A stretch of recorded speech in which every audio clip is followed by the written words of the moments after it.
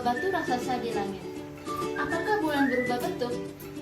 Sains dimulai ketika orang mulai memperhatikan pola di alam. Jika kita melihat bulan, lalu kita menggambarkan bulan selama sebulan, maka kita akan melihat adanya perubahan bentuk bulan. Bentuk-bentuk bulan inilah yang kita namakan sebagai fase. Untuk memahami apakah bulan berubah bentuk, maka kita bisa melakukan sedikit eksperimen. Di sini saya akan memperlihatkan apa yang menyebabkan terjadinya perubahan bentuk-bentuk bulan. Alatnya yang kita gunakan adalah bola gabus kecil untuk representasi sebagai bulan, lalu kita berperan sebagai bumi, dan sinar ini berperan sebagai cahaya matahari. Posisi pertama, di mana matahari, bulan, dan bumi berada dalam satu garis lurus. Perlu kita ketahui, bidang revolusi bulan adalah sekitar 5 derajat dari bumi, sehingga pada posisi ini memungkinkan terjadinya gerhana matahari dan memungkinkan tidak terjadi gerhana matahari. Fase ini kita namakan adalah fase new moon, di mana sinar matahari terhalang oleh bulan, sehingga bulan jika dilihat dari bumi maka tidak muncul atau tidak terlihat. Setelah mengalami fase new moon, bulan bergerak meninggalkan konjungsi. Selama fase ini, bagian bulan yang terkena sinar matahari hanya sedikit, sehingga jika dilihat dari bumi, bulan menyerupai sabit. Fase ini kita namakan waxing crescent atau bulan sabit awal. Ini memasuki fase paruh awal, di mana bulan terkena sinar matahari setengah lingkaran. Ini adalah fase waxing gibbous, di mana 3/4-nya terkena sinar.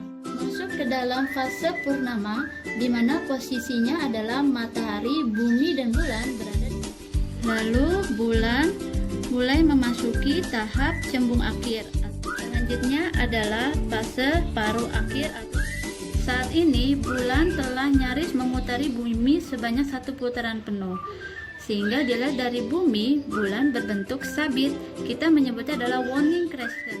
Jadi kita ketahui bahwa bulan tidak terjadi perubahan, hanya tampilannya saja yang berubah, disebabkan karena bulan berotasi terhadap bumi dan juga pantulan dari sinar matahari. Bulan sendiri tidak menghasilkan cahaya sendiri. Bulan tampak cerah karena memantulkan cahaya dari matahari.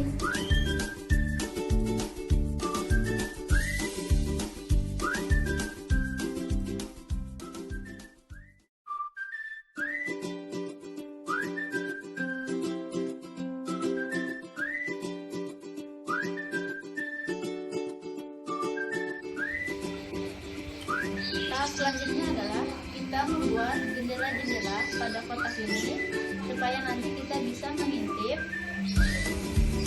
bulan yang ada. Setelah jadi kotaknya, lalu kita masukkan bulannya dengan plastisin sebagai penyangganya.